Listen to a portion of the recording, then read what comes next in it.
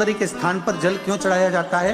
क्योंकि भगवान शंकर की सबसे छोटी लड़की जो है वो अशोक सुंदरी है, और ये जो छोटी लड़की है अशोक सुंदरी, ये नारी को अखंड सौभाग्यता का वर प्रदान करती है।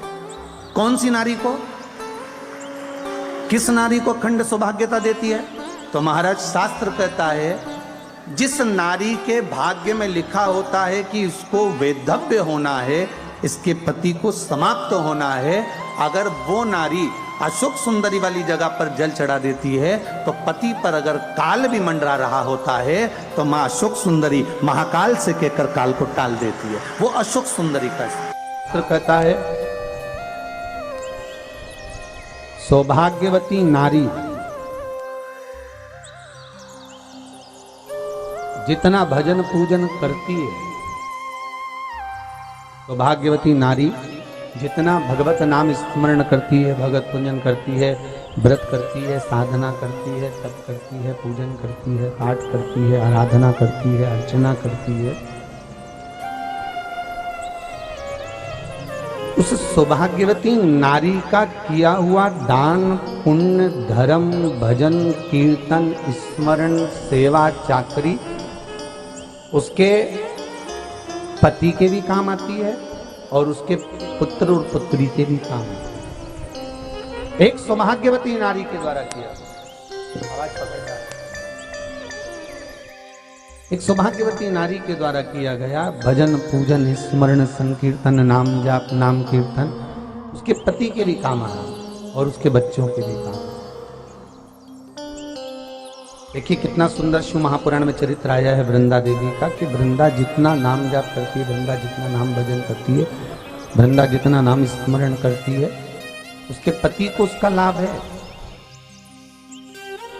हमारे के व्रत का अगर आप विधान देखेंगे, और हम तो कहते हैं केवल 16 सोमवार से ही मतलब मत रखो। आप माताएं अगर एकादशी का व्रत कर रही है, सोमवार का कर रही है, मंगलवार का कर रही है, बुधवार का करे, गुरुवार का करे, चतुर्थी का करे, तीज का करे, छठ का करे, आप जो भी व्रत करते हो उस व्रत का विधान स्कंद पुराण में लिखा हुआ है। और स्कंद पुराण में क्या वर्णन लिखते हैं कि नारी जब सौभाग्यवती हो जाती है, लड़की की जब शादी हो जाती है और वो अपने पति के घर में जब रह रही होती है, पति के संग रह रही होती है, तो पति के घर में रहकर जितना भजन पूजन करती है, जितना स्मरण करती है, वो उसके द्वारा किया गया भजन, पूजन, व्रत, आराधना, उद्यापन, चाकरी, दर्शन, ये सब का फल उसके पति के खाते में भी जाता है और उसके पुत्र और पुत्री के भी खाते में जाता है।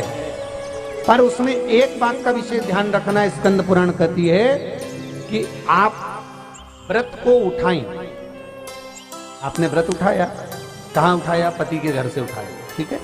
आपने व्रत उठाया सोमवार का, 16 सोमवार का, पशुपतिनाथ का, या गुरुवार का, या मंगलवार का, या बुधवार का, जो भी व्रत आपने उठाया वो पति के घर से उठाया। अब आपका फर्ज क्या है कि व्रत आप अगर कर रही हो तो पति के घर का ही अन्न, पति के घर का ही जल,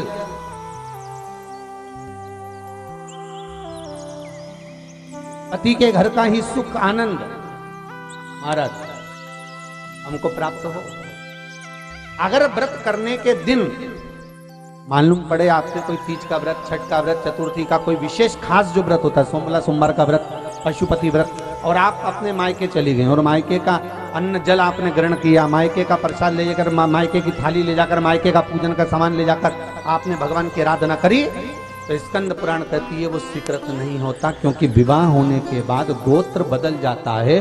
उस गोत्र का अन्न चाहिए, उस गोत्र का भाग चाहिए। लगने लगे कि हाँ बहुत कष्ट है, कर्जा भी बढ़ गया, तकलीफें भी बढ़ गई, बहुत दुख भी बढ़ रहा है, कहीं परिवार सही नहीं चल रहा है, तो प्रयास करते रहा करो। हफ्ते में एक बार एक चावल का दाना जल के पात्र में डाल लिया, एक काली मिर्च जल के पात्र में डाल ली, और उस जल को ले गए, थोड़ा सा चंदन का चीटा डाल दिया, ले जाकर शिव जी को समर्पित कर दिया।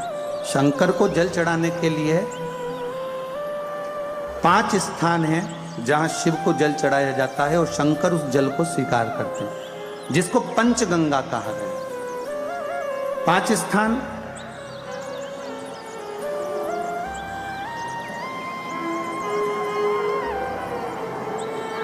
अच्छे से समझ लीजिएगा, जब भी शिव मंदिर में जाएं तो ये 5 स्थान शिव को जल चढ़ाने के लिए ये रखा है। शिवलिंग, गोल जलाधारी, ये चरण जहां से पानी नीचे की ओर जाता है। शंकर भगवान के 13 बच्चे हैं, 13 की 13 बच्चे, शिव जी का संपूर्ण परिवार, 33 कोटि देवता, 64 योगनियां, सब शिवलिंग के आसपास में। आप शंकर जी के मंदिर में जाकर ये कभी ना विचार करना कि पार्वती जी को ढूंढना पड़ेगा या गणेश जी को ढूंढना पड़ेगा या कार्तिकेय जी को ढूंढना पड़ेगा या भैरव को ढूंढना पड़ेगा। हमें शंकर के मंदिर में जाकर किसी देवता को ढूंढने की जरूरत नहीं है। जहां शंकर भगवान का शिवलिंग रखा हुआ है वो माता जी का हस्तकमल है, माता पार्वती जी का स्थान है। जहां शिवलिंग रखा है वो शंकर भगवान है। जहां जलाधारी है उस जलाधारी के पास में जहां पानी बहता है बीच में अशोक सुंदरी का स्थान है। जहां से पानी बह रहा है उसका राइट भाग वहां गणेश जी का स्थान है, लेफ्ट भाग कार्तिकेय जी का स्थान है। शंकर भगवान के ऊपर जो जल गिर रहा है वो शंकर भगवान की 5 लड़कियां जया, विषहरा, शामली बारी, दौतली, देव, ये शंकर जी की 5 बेटियां ऊपर हैं। जहां से पानी बहकर उस निकासी से, जहां नाली बनी रहती है, पानी जहां से निकलकर बाहर मंदिर के जा रहा है वो 33 कोटि देवताओं का स्थान है। इसलिए सारे मंदिरों की परिक्रमा हो सकती है पर शंकर जी के मंदिर की परिक्रमा नहीं करते, क्योंकि वो जल जो जा रहा है वो 33 कोटि देवताओं का स्थान है, उसको हम लांघ नहीं सकते। वो स्थान जल चढ़ाते समय आप इसका स्मरण रखें। पानी का जब पात्र लेकर जाते हैं मंदिर के अंदर, सबसे पहले शिव जी का जो जलाधारी है उसमें राइट भाग पर अपनी मनोकामना कर कर जल चढ़ाएं।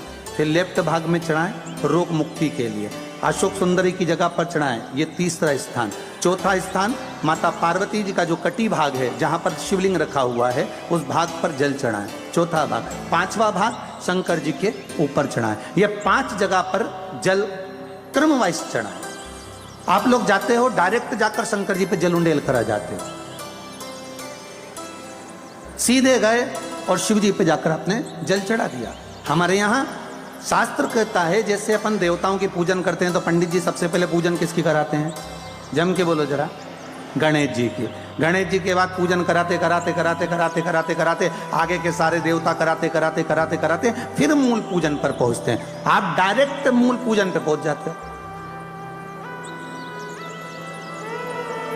और सरल भाषा में समझ लो, जितनी सरल भाषा में समझोगे ना उतना अपने जीवन में उतर जाएगा। इस छत के ऊपर आपको चढ़ना है, निशानी रखी है,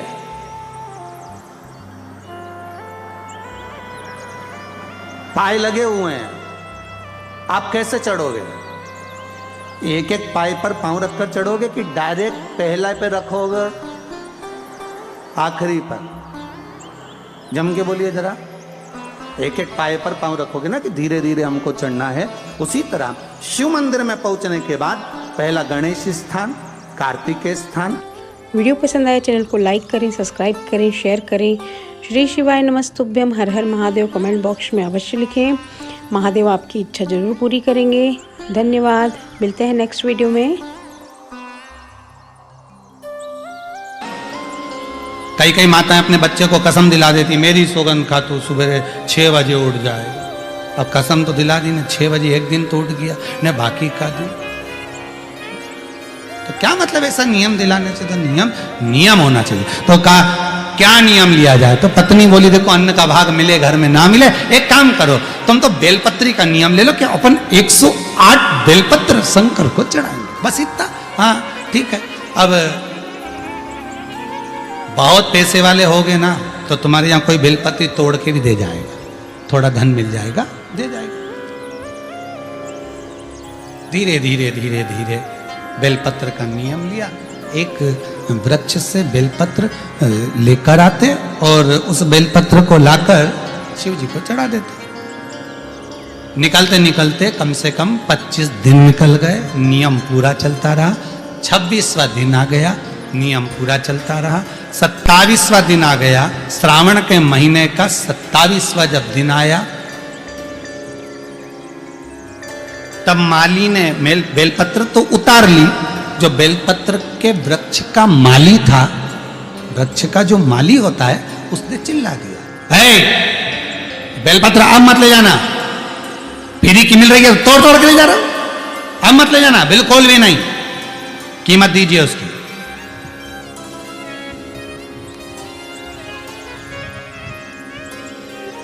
पूरे विश्व में, भारत की धरा पर, देश विदेश में, पिछली कथा में कहा था 1 जून से लेकर 25 जुलाई तक बेलपत्री वृक्षारोपण महोत्सव मनाना, हजारों लाखों वृक्ष सबको लगाना। और आप जो बेलपत्री का पौधा लगा रहे हैं, इसका फल कितना है वो ध्यान करना। एक बेलपत्री का पौधा यदि लगा रहे हो, 24 घंटे बेलपत्री का वृक्ष ऑक्सीजन प्रदान करता है। 24 घंटे, हर पल हर घड़ी ऑक्सीजन देता, रात में भी दिन में भी।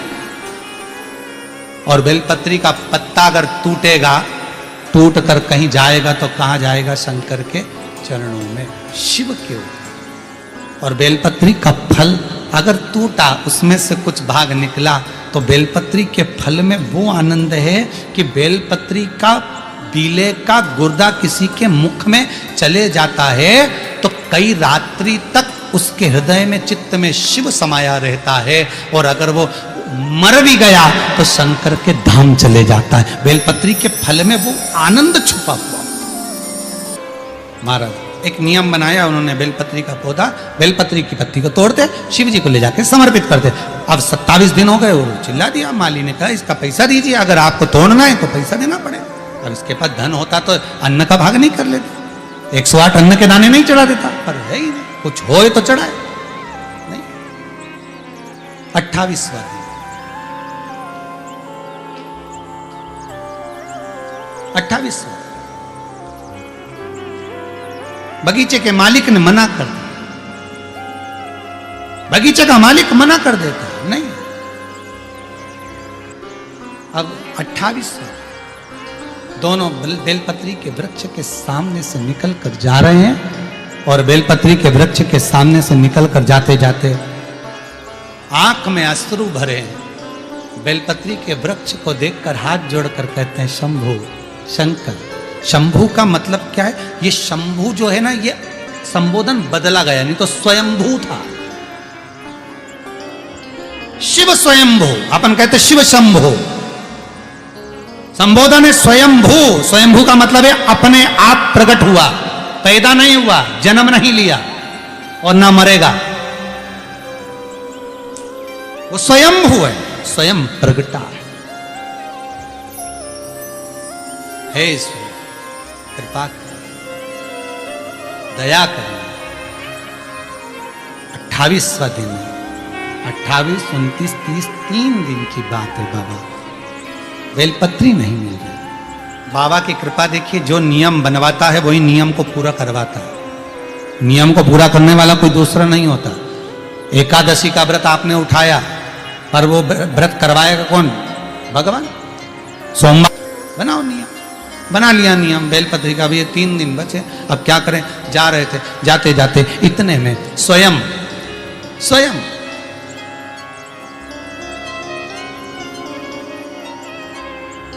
एक छोटा सा बालक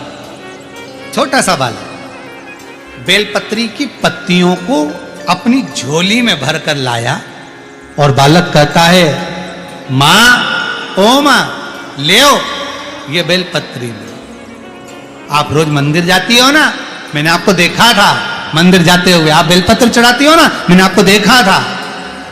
मैंने मन में सोचा एक बार मैं भी बेलपत्र चढ़ाऊं, पर मेरी मां मुझे जाने नहीं देती ना, इसलिए मैं बेलपत्र आपको दे देता हूं। आप ये बेलपत्र शिव को समर्पित करो।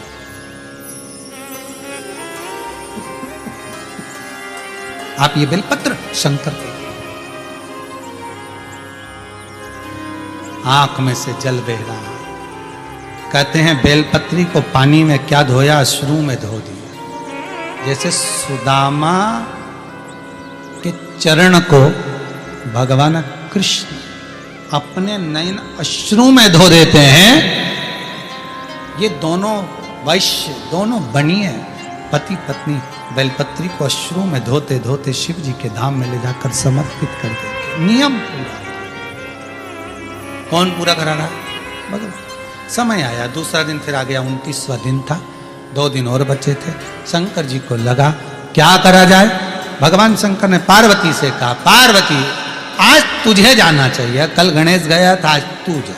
ये अपने परिवार की जवाबदारी है। जब कोई अपना व्यक्ति अपने घर में आता है तो उसको निभाना अपना फर्ज है। आपके घर में कोई आएगा तो गद्दा कौन लगाएगा? आपको लगाना है। तकिया किसको देना है? आपको देना है। चादर किसको देना है? आपको देना है। कंबल किसको देना है? आपको देना है। भोजन किसको कराना है? आपको कराना है। अगर कोई अपने मंदिर में आ रहा है और बेलपत्री का उसका नियम है तो नियम कराए तो उसको निभाना भी तुम्हें पड़ेगा।